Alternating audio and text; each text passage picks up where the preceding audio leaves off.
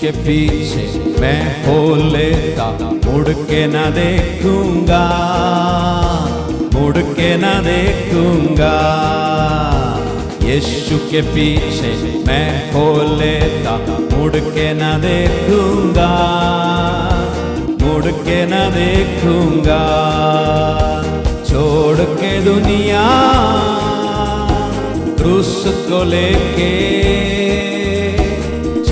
कृपालू मेहरबान प्रेमी परमेश्वर, अज दे दिन का असी धन्नवाद महिमा वडियाई करते हैं जो तेरी कृपा के नाल सानू मिलिया है।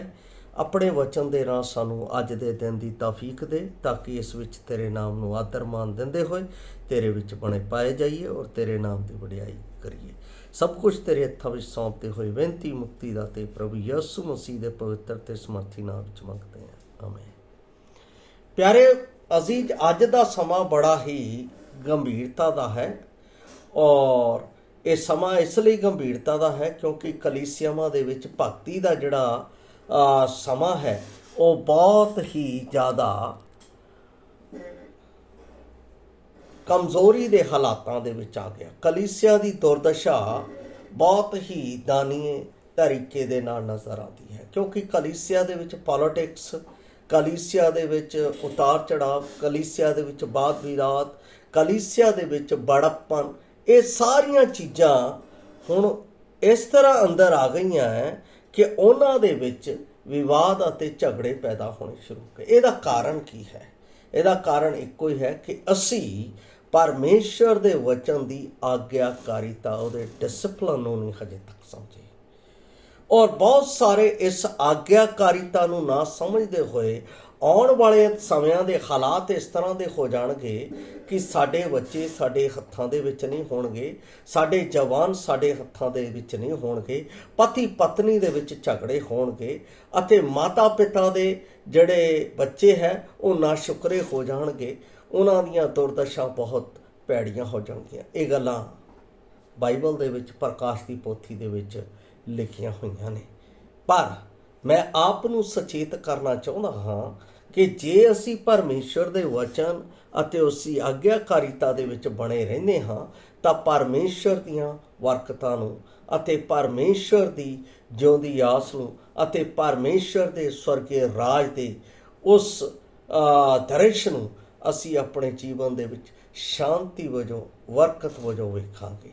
असी अज जो वचन का मनन करन जा रहे हाँ उसका जो मेन जो वचन लिया है वो मैं लिया है व्यवस्था सार की पुस्तक 6 अध्याय उसकी 24 आयत विच। इत्थे लिखा है, यहोवा ने इन्हां सारियां विधियां नूं पूरा करन दा सानू हुक्म दिता है, भाव आग्ञा दिती सी कि असी यहोवा अपने परमेश्वर तो अपनी भलाई करन दे जीवन पर डरीए तां ओ सानू जिउंदा रखे जिवें अज दे दिन रखिया है। और इसका जो मेन विषय मैनू मिलिया है, जो परमेश्वर ने मैनू सबजैक्ट दिता है, वो है परमेश्वर की आग्या मनण विच आशीष। और इसका जो पहला साडे विच विचार आउंदा है वो है आग्या विच प्रेम। और जिहड़ा आग्या परमेश्वर की मनदा है या उस दे हुक्म दे नाल चलदा है वो परमेश्वर दे प्रेम विच बनिया होया है और परमेश्वर दा प्रेम उस विच बनिया होया है।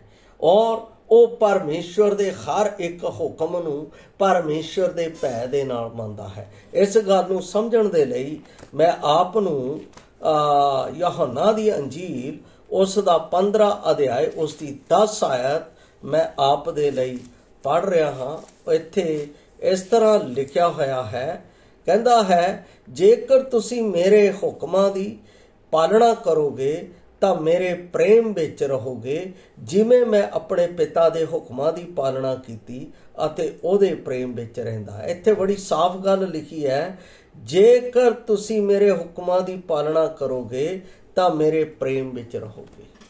बड़ा स्पष्ट है परमेश्वर का वचन और बहुत ही स्पष्टता दे नाल जे असी परमेश्वर दे हुक्म विच रहिंदे हाँ तां असी उहदे प्यार विच बने। और प्यार कदे मरदा नहीं, हमेशा जिंदा है। और ਪਰਮੇਸ਼ਵਰ ਨੇ ਆਪਣੇ ਪੁੱਤਰ ਦੀ ਵਡਿਆਈ ਕਿਉਂ ਕੀਤੀ ਹੈ?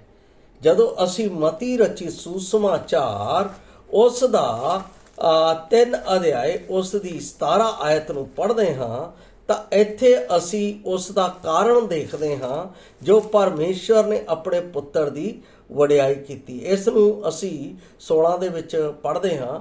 ਅਤੇ ਜਾਂ ਯਿਸੂ ਬਪਤਿਸਮਾ ਲੈ ਚੁੱਕਿਆ ਤਾਂ ਝੱਟ ਪਾਣੀ ਉੱਪਰੋਂ ਆਇਆ ਅਤੇ ਵੇਖੋ ਆਕਾਸ਼ ਉਹਦੇ ਲਈ ਖੁੱਲ ਗਿਆ ਅਤੇ ਉਹਨੇ ਪਰਮੇਸ਼ਵਰ ਦੇ ਆਤਮਾ ਨੂੰ ਕਬੂਤਰ ਵਾਂਗੂ ਆਪਣੇ ਉੱਤੇ ਆਉਂਦਾ ਡਿੱਠਾ। ਇੱਥੇ ਲਿਖਿਆ ਹੈ ਜਾਂ ਬਪਤਿਸਮਾ ਲੈ ਚੁੱਕਿਆ ਤਾਂ ਝੱਟ ਪਾਣੀ ਤੋਂ ਬਾਹਰ ਵੇਖੋ ਆਕਾਸ਼ ਉਹਦੇ ਲਈ ਖੁੱਲ ਗਿਆ। ਅਸੀਂ ਦੇਖਦੇ ਹਾਂ ਆਗਿਆ ਦੇ ਵਿੱਚ ਪ੍ਰੇਮ ਹੈ ਔਰ ਪ੍ਰੇਮ ਦੇ ਵਿੱਚ ਪਰਮੇਸ਼ਵਰ ਦੀ ਬਰਕਤ ਹੈ। ਬਰਕਤ ਦਾ ਮਤਲਬ ਆਕਾਸ਼ ਖੁੱਲ ਗਿਆ।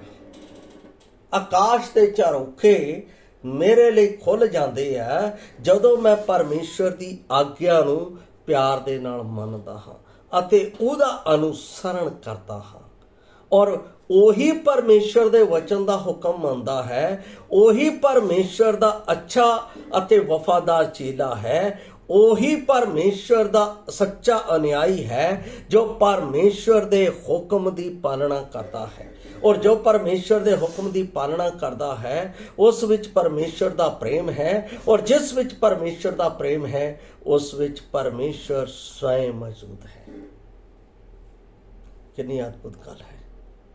ਔਰ ਇਸ ਵਿੱਚ ਅਸੀਂ ਜਦੋਂ ਇਹ ਦੇਖਦੇ ਹਾਂ ਕਿ ਉਸਨੇ ਪਰਮੇਸ਼ਵਰ ਦੇ ਹੁਕਮਾਂ ਨੂੰ ਪੂਰਾ ਕੀਤਾ, ਪਰਮੇਸ਼ਵਰ ਦੀ ਆਗਿਆਕਾਰੀਤਾ ਦੇ ਵਿੱਚ ਮਨੁੱਖ ਜਾਤੀ ਦੇ ਲਈ ਕਾਰਜ ਪੂਰਾ ਕੀਤਾ ਤਾਂ ਆਕਾਸ਼ ਖੁੱਲ ਗਿਆ। ਪਿਆਰੋ, ਜਦੋਂ ਅਸੀਂ ਪਰਮੇਸ਼ਵਰ ਦੀ ਆਗਿਆ ਦਾ ਪਾਲਨ ਕਰਦੇ ਹਾਂ, ਪਰਮੇਸ਼ਵਰ ਦੇ ਵਚਨ ਦੇ ਅਨੁਸਾਰ ਅਸੀਂ ਚੱਲਣਾ ਸ਼ੁਰੂ ਕਰ ਦਿੰਦੇ ਹਾਂ, ਪਰਮੇਸ਼ਵਰ ਦੇ ਉਹਨਾਂ ਦਾਸਾਂ ਦਾ, ਪਰਮੇਸ਼ਵਰ ਦੇ ਉਹਨਾਂ ਭਗਤਾਂ ਦਾ ਜਦੋਂ ਅਸੀਂ ਨਿਯਮ ਅਨੁਸਾਰ ਉਹਨਾਂ ਦੇ ਵਚਨ ਦੇ ਅਨੁਸਾਰ ਚੱਲਣਾ ਸ਼ੁਰੂ ਕਰ ਦਿੰਦੇ ਹਾਂ ਤਾਂ ਪਰਮੇਸ਼ਵਰ ਦਾ ਸਵਰਗ ਦਾ ਆਕਾਸ਼ ਦਾ ਝਰੋਖਾ ਮੇਰੇ ਲਈ ਖੁੱਲ ਜਾਂਦਾ ਹੈ। ਇਹ ਮਸਟ ਹੈ, ਇਹ ਜ਼ਰੂਰੀ ਹੈ। ਜੇ ਅਸੀਂ ਚਾਹੁੰਦੇ ਹਾਂ ਕਿ ਪਰਮੇਸ਼ਵਰ ਮੇਰੇ ਲਈ ਉਸ ਦੁਆਰ ਨੂੰ ਖੋਲ੍ਹੇ ਤਾਂ ਅਸੀਂ ਪਰਮੇਸ਼ਵਰ ਦੀ ਆਗਿਆ ਦਾ ਪਾਲਨ ਕਰੀਏ। ਉਸ ਆਗਿਆ ਦੇ ਪਾਲਨ ਦੇ ਵਿੱਚ ਪਰਮੇਸ਼ਵਰ ਦਾ ਪ੍ਰੇਮ ਜੋ ਮੇਰੇ ਉੱਤੇ ਕਾਲਵਰੀ ਕਰੂਸ ਦੇ ਉੱਤੇ ਖੋਲ੍ਹਿਆ ਗਿਆ, ਮੇਰੇ ਲਈ ਕਾਲਵਰੀ ਕਰੂਸ ਦੇ ਉੱਤੇ ਪ੍ਰਗਟ ਕੀਤਾ ਗਿਆ, ਜੇ ਉਸ ਦੇ ਅਧੀਨ ਹੋ ਕੇ ਮੈਂ ਪਰਮੇਸ਼ਵਰ ਦੇ ਹੁਕਮ ਦੀ ਪਾਲਣਾ ਕਰਦਾ ਹਾਂ ਤਾਂ ਮੇਰੇ ਲਈ ਆਕਾਸ਼ ਦਾ ਝਰੋਖਾ ਖੁੱਲਿਆ ਹੈ। ਇਹ ਇੱਥੇ ਗੱਲ ਆਉਂਦੀ ਹੈ। ਔਰ ਦੂਸਰੀ ਗੱਲ ਇੱਥੇ ਆਉਂਦੀ ਹੈ ਕਿ ਜਦੋਂ ਉਹ ਉਤਰਦਾ ਹੈ ਔਰ ਵੇਖੋ ਸਵਰਗੇ ਬਾਣੀ ਆਈ ਕਿ ਇਹ ਮੇਰਾ ਪਿਆਰਾ ਪੁੱਤਰ ਹੈ ਜਿਸ ਤੋਂ ਮੈਂ ਪ੍ਰਸੰਨ ਹਾਂ।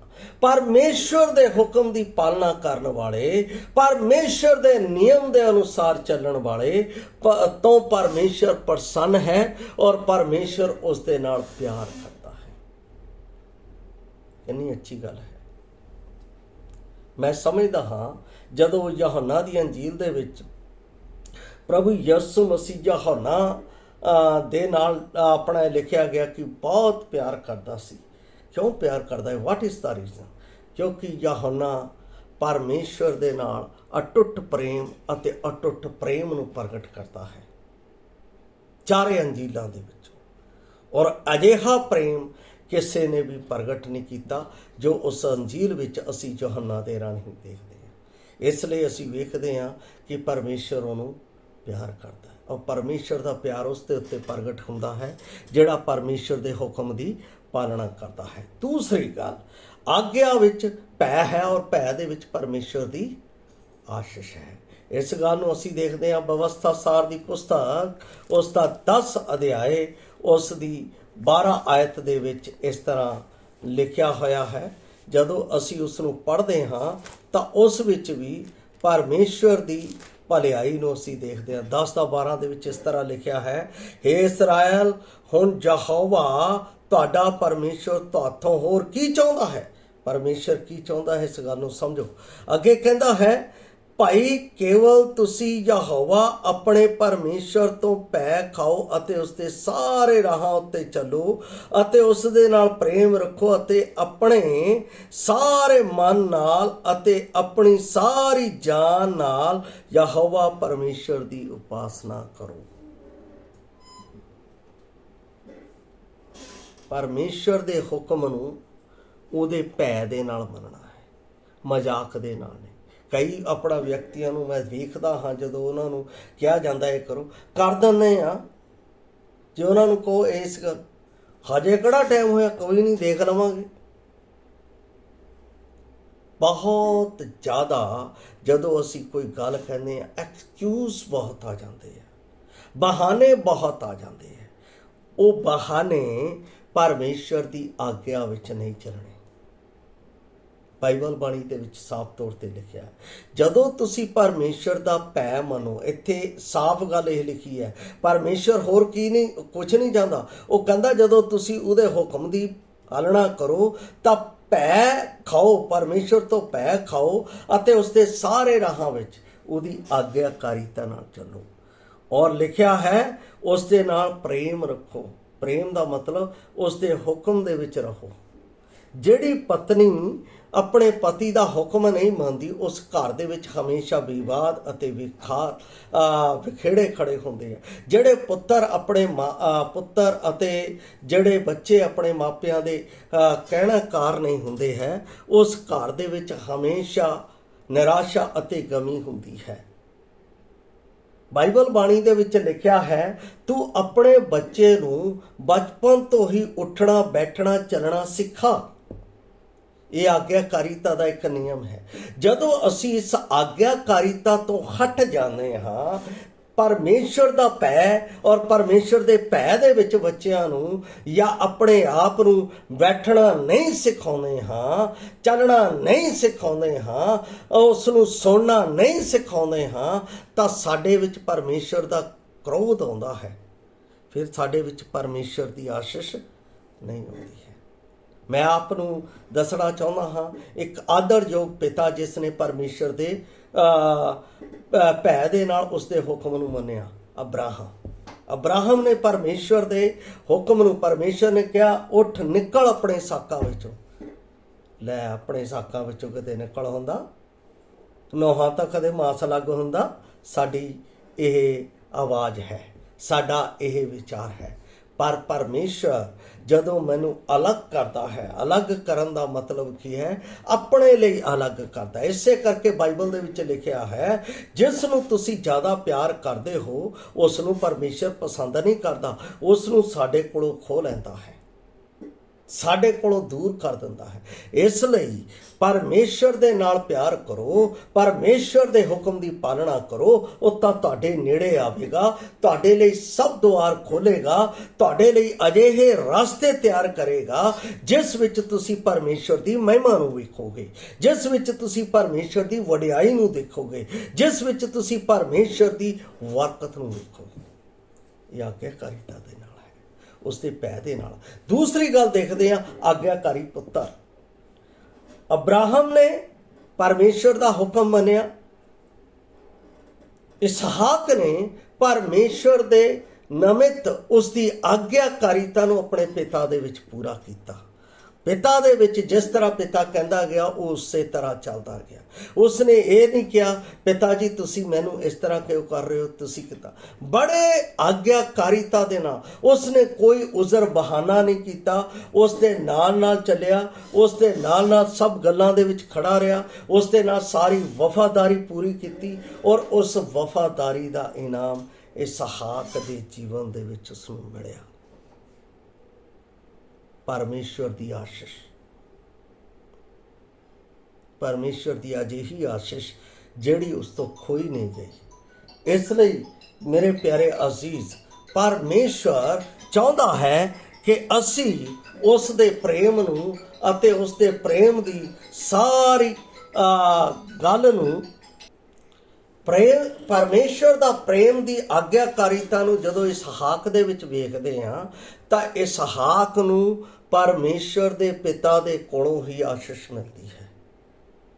ਪਿਤਾ ਪਰਮੇਸ਼ਰ ਦੀ ਆਗਿਆਕਾਰੀਤਾ, ਪੁੱਤਰ ਉਸ ਦੀ ਆਗਿਆ। ਔਰ ਤੀਸਰਾ ਅਸੀਂ ਦੇਖਦੇ ਹਾਂ ਪਰਮੇਸ਼ਰ ਦੇ ਵਿੱਚ ਇੱਕ ਆਗਿਆਕਾਰੀ ਪਤਨੀ ਜੋ ਅਬਰਾਹਮ ਦੀ ਪਤਨੀ ਸੀ, ਉਸਨੇ ਕਿਸ ਤਰ੍ਹਾਂ ਅਬਰਾਹਮ ਦੀ ਆਗਿਆ ਦੇ ਵਿੱਚ ਰਿਹਾ ਔਰ ਕਿਸ ਤਰ੍ਹਾਂ ਉਸ ਆਗਿਆਕਾਰੀਤਾ ਦੇ ਵਿੱਚ ਉਸਨੇ ਪਰਮੇਸ਼ਰ ਦੀ ਆਸ਼ੀਸ਼ ਪੁੱਤਰ ਵਜੋਂ ਆਪਣੇ ਜੀਵਨ ਦੇ ਵਿੱਚ ਪ੍ਰਾਪਤ ਕੀਤੀ ਹੈ।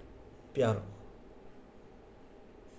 ਇੱਕ ਜਵਾਨ ਕਿਸ ਤਰ੍ਹਾਂ ਆਪਣੇ ਜੀਵਨ ਦੇ ਵਿੱਚ ਪਰਮੇਸ਼ਰ ਦੀ ਆਸ਼ੀਸ਼ ਅਤੇ ਪਰਮੇਸ਼ਰ ਤੋਂ ਭੇਤਾਂ ਦੀ ਪਾਣ ਦੀ ਯੁਕਤੀ ਪ੍ਰਾਪਤ ਕਰਦਾ ਹੈ। ਦਾਨੀਏਲ ਨਬੀ ਜੋ ਪਰਮੇਸ਼ਰ ਦੇ ਭੈ ਦੇ ਵਿੱਚ ਉਸ ਦੀ ਆਗਿਆਕਾਰੀਤਾ ਦੇ ਵਿੱਚ ਰਿਹਾ ਔਰ ਪਰਮੇਸ਼ਰ ਨੇ ਉਸ ਦੇ ਵਿੱਚ ਉਹ ਕੰਮ ਕੀਤੇ ਅਤੇ ਉਹ ਭੇਤ ਪ੍ਰਗਟ ਕੀਤੇ ਜਿਸ ਨੂੰ ਦਾਨੀਏਲ ਨਹੀਂ ਸੀ ਚਾਹਦਾ। ਮੇਰੇ ਪਿਆਰੇ ਅਸੀਸ, ਆਗਿਆਕਾਰੀਤਾ, ਪਰਮੇਸ਼ਰ ਦੇ ਵਿੱਚ ਰਹਿਣਾ, ਉਹ ਪਰਮੇਸ਼ਰ ਦੀ ਆਸ਼ੀਸ਼ ਦਾ ਸਾਡੇ ਲਈ ਇੱਕ ਸਰੋਤ ਹੈ। ਜਦੋਂ ਅਸੀਂ ਪਰਮੇਸ਼ਰ ਦੇ ਵਚਨ ਦੀ ਆਗਿਆਕਾਰੀਤਾ ਨੂੰ ਉਸ ਦੇ ਭੈ ਦੇ ਵਿੱਚ ਮੰਨਦੇ ਹਾਂ, ਉਸ ਵਿੱਚ ਚੱਲਦੇ ਹਾਂ, ਉਸ ਦੇ ਪਿਆਰ ਦੇ ਨਾਲ ਉਸ ਦੇ ਹੁਕਮਾਂ ਦੀ ਪਾਲਣਾ ਕਰਦੇ ਹਾਂ, ਤਾਂ ਪਰਮੇਸ਼ਰ ਦੀ ਆਸ਼ੀਸ਼ ਮੇਰੇ ਜੀਵਨ ਦੇ ਵਿੱਚ, ਮੇਰੇ ਘਰਾਣੇ ਦੇ ਵਿੱਚ, ਮੇਰੇ ਸਮਾਜ ਦੇ ਵਿੱਚ, ਮੇਰੀ ਕਲੀਸਿਆ ਦੇ ਵਿੱਚ ਪ੍ਰਗਟ ਹੁੰਦੀ ਹੈ। ਇਸ ਲਈ ਬਾਈਬਲ ਦੱਸਦੀ ਹੈ ਕਿ ਅਸੀਂ ਪਰਮੇਸ਼ਰ ਦੇ ਹੁਕਮ ਦੀ ਪਾਲਣਾ ਕਰੀਏ ਤਾਂ ਉਸ ਕੋਲੋਂ ਅਸੀਂ ਬਰਕਤ ਪ੍ਰਾਪਤ ਕਰਾਂਗੇ। ਅਸੀਂ ਦੇਖਦੇ ਹਾਂ ਤੀਸਰੀ ਗੱਲ, ਆਗਿਆ ਦੇ ਵਿੱਚ ਜੀਵਨ ਹੈ। ਇਹ ਆਗਿਆ ਦੇ ਵਿੱਚ ਜੀਵਨ ਜਿਹੜਾ ਹੈ ਇਹ ਬੜਾ ਹੀ ਭਰੋਸੇਦਾਇਕ ਹੈ। ਔਰ ਇਹ ਅਸੀਂ ਦੇਖਦੇ ਹਾਂ ਲੂਕਾ ਦੀ ਅੰਜੀਲ ਉਸ ਦਾ 10 ਅਧਿਆਏ ਉਸ ਦਾ 28 ਵਚਨ ਦੇ ਵਿੱਚ ਇਸ ਤਰ੍ਹਾਂ ਲਿਖਿਆ ਹੈ। 10 ਦਾ 28 ਮੈਂ ਆਪ ਦੇ ਲਈ ਪੜ੍ਹ ਰਿਹਾ ਹਾਂ। ਇੱਥੇ ਲਿਖਿਆ ਹੈ, ਕਹਿੰਦਾ ਉਸ ਨੇ ਉਹਨੂੰ ਆਖਿਆ ਤੈਂ ਠੀਕ ਉੱਤਰ ਦਿੱਤਾ, ਇਹੋ ਕਰ ਤਾਂ ਜੀਵੇਂਗਾ। ਕੀ ਕਰਨਾ ਹੈ ਜਦੋਂ ਅਸੀਂ ਪਰਮੇਸ਼ਰ ਦੇ ਹੁਕਮ ਦੇ? ਤਾਂ ਲਿਖਿਆ ਹੈ ਉਸ ਨੇ ਉੱਤਰ ਦਿੱਤਾ ਕਿ ਤੂੰ ਪ੍ਰਭੂ ਆਪਣੇ ਪਰਮੇਸ਼ਰ ਨੂੰ ਆਪਣੇ ਸਾਰੇ ਦਿਲ ਨਾਲ, ਆਪਣੀ ਸਾਰੀ ਜਾਨ ਨਾਲ, ਆਪਣੀ ਸਾਰੀ ਸ਼ਕਤੀ ਨਾਲ, ਆਪਣੀ ਸਾਰੀ ਬੁੱਧ ਨਾਲ ਪਿਆਰ ਕਰ ਔਰ ਤੂੰ ਆਪਣੇ ਗੁਆਂਢੀ ਨੂੰ ਆਪਣੇ ਜਿਹਾ ਪਿਆਰ ਕਰ। ਪਰਮੇਸ਼ਰ ਦੀ ਆਗਿਆ, ਪਰਮੇਸ਼ਰ ਦਾ ਹੁਕਮ, ਜਦੋਂ ਅਸੀਂ ਇਸ ਹੁਕਮ ਦੀ ਪਾਲਣਾ ਕਰਦੇ ਹਾਂ ਤਾਂ ਸਾਨੂੰ ਸਦੀਵੀ ਜੀਵਨ ਮਿਲਦਾ ਹੈ। ਜਿਹੜੇ ਲੋਕ ਤੌਬਾ ਕਰ ਲੈਂਦੇ ਨੇ ਉਹ ਪਰਮੇਸ਼ਰ ਦੇ ਆਗਿਆਕਾਰੀ ਪੁੱਤਰ ਬਣ ਜਾਂਦੇ ਆ।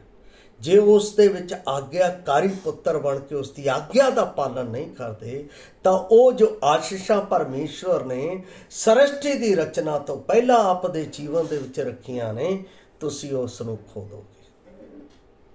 ਇਸੇ ਕਰਕੇ ਆਪਸੀਆਂ ਦੇ ਵਿੱਚ ਜਦੋਂ ਮੈਂ ਆਪਸੀਆਂ ਦੀ ਪੁਸਤਕ ਉਸ ਦਾ 1 ਅਧਿਆਏ ਦੇ ਵਿੱਚ ਜਾਣਾ ਹਾਂ ਤਾਂ ਮੈਂ ਪਰਮੇਸ਼ਰ ਦੀਆਂ ਆਸ਼ੀਸ਼ਾਂ ਨੂੰ ਉਸ ਵਿੱਚ ਵੇਖਦਾ। ਇੱਥੇ ਪਹਿਲੀ ਗੱਲ ਆਸ਼ੀਸ਼ ਨੂੰ ਦੇਖਦਾ, ਮੁਬਾਰਕ ਹੋਵੇ ਸਾਡੇ ਪ੍ਰਭੂ ਯਿਸੂ ਮਸੀਹ ਦਾ ਪਰਮੇਸ਼ਰ ਅਤੇ ਪਿਤਾ, ਜਿਹਨੇ ਮਸੀਹ ਵਿੱਚ ਸਵਰਗੀ ਥਾਵਾਂ ਵਿੱਚ ਸਭ ਪ੍ਰਕਾਰ ਦੀਆਂ ਬਰਕਤਾਂ ਨਾਲ, ਮਸੀਹ ਵਿੱਚ, ਮਸੀਹ ਆਗਿਆਕਾਰੀ ਪੁੱਤਰ ਹੈ। ਜੇ ਅਸੀਂ ਉਹਦੇ ਵਿੱਚ ਆ ਤਾਂ ਅਸੀਂ ਆਗਿਆਕਾਰੀ ਪੁੱਤਰ ਸਦਾਉਂਦੇ। ਜੇ ਅਸੀਂ ਉਸ ਵਿੱਚ ਰਹਿ ਕੇ ਪਰਮੇਸ਼ਰ ਦੇ ਵਚਨ ਦੀ ਔਰ ਪਰਮੇਸ਼ਰ ਦੇ ਕਾਰਜਾਂ ਦੀ, ਪਰਮੇਸ਼ਰ ਦੇ ਵਚਨ ਦੀ ਅਸੀਂ ਮਨਾਦੀ ਦੇ ਉੱਤੇ, ਪਰਮੇਸ਼ਰ ਦੇ ਵਚਨ ਦੇ ਉੱਤੇ ਵਫਾਦਾਰ ਨਹੀਂ ਰਹਿੰਦੇ ਆ ਜੋ ਪਰਮੇਸ਼ਰ ਨੇ ਹੁਕਮ ਦਿੱਤੇ ਆ, ਤਾਂ ਪਿਆਰੋ ਇਹ ਸਵਰਗੀ ਬਰਕਤਾਂ ਜੋ ਪਰਮੇਸ਼ਰ ਨੇ ਮੇਰੇ ਲਈ ਸ੍ਰਿਸ਼ਟੀ ਦੀ ਰਚਨਾ ਤੋਂ ਪਹਿਲਾਂ ਰੱਖੀਆਂ ਨੇ, ਅਸੀਂ ਖੋ ਦੇਵਾਂਗੇ।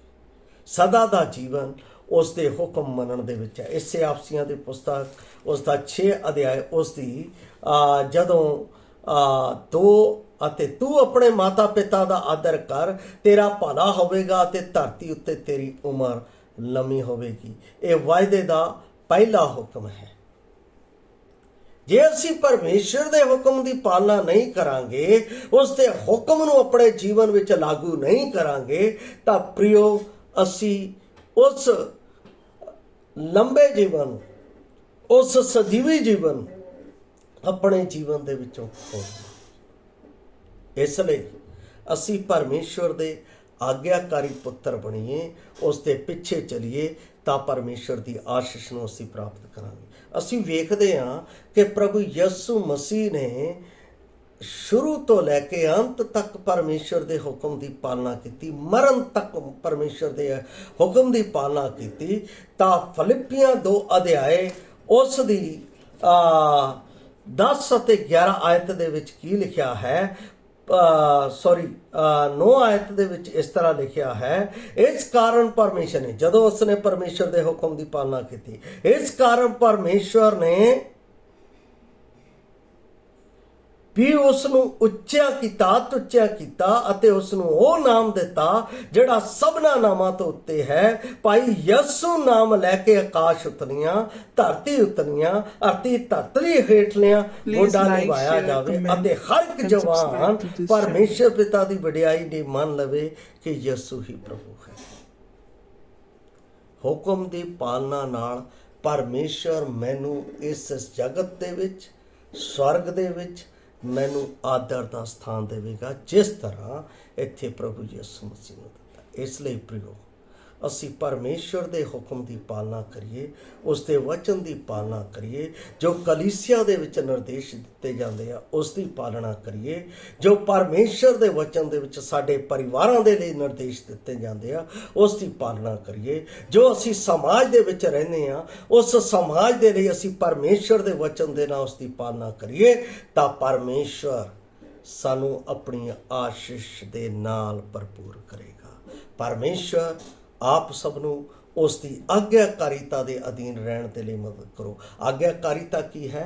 ਮੈਂ ਪਾਪੀ ਹਾਂ, ਮੈਂ ਅਨਾਗਿਆਕਾਰੀਤਾ ਦੀ ਸੰਤਾਨ ਹਾਂ। ਪ੍ਰਭੂ ਯਿਸੂ ਮਸੀਹ ਇਸ ਲਈ ਆਇਆ ਕਿ ਮੈਂ ਉਸ ਵਿੱਚ ਆਗਿਆਕਾਰੀ ਪੁੱਤਰ ਬਣ ਜਾਵਾਂ। ਆਗਿਆਕਾਰੀ ਪੁੱਤਰ ਕਿਸ ਤਰ੍ਹਾਂ ਬਣ ਸਕਦਾ ਹਾਂ?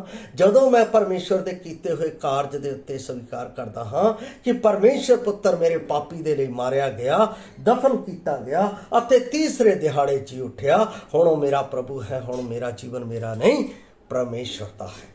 ਤਦ ਮੈਂ ਪਰਮੇਸ਼ਰ ਦਾ ਆਗਿਆਕਾਰੀ ਪੁੱਤਰ ਬਣ ਜਾਂਦਾ ਹਾਂ, ਔਰ ਜਦੋਂ ਆਗਿਆਕਾਰੀ ਪੁੱਤਰ ਬਣ ਜਾਂਦਾ ਹਾਂ ਤਾਂ ਪਰਮੇਸ਼ਰ ਦੀ ਆਸ਼ੀਸ਼ ਦਾ ਝਰੋਖਾ ਮੇਰੇ ਲਈ ਖੁੱਲ੍ਹ ਜਾਂਦਾ ਹੈ।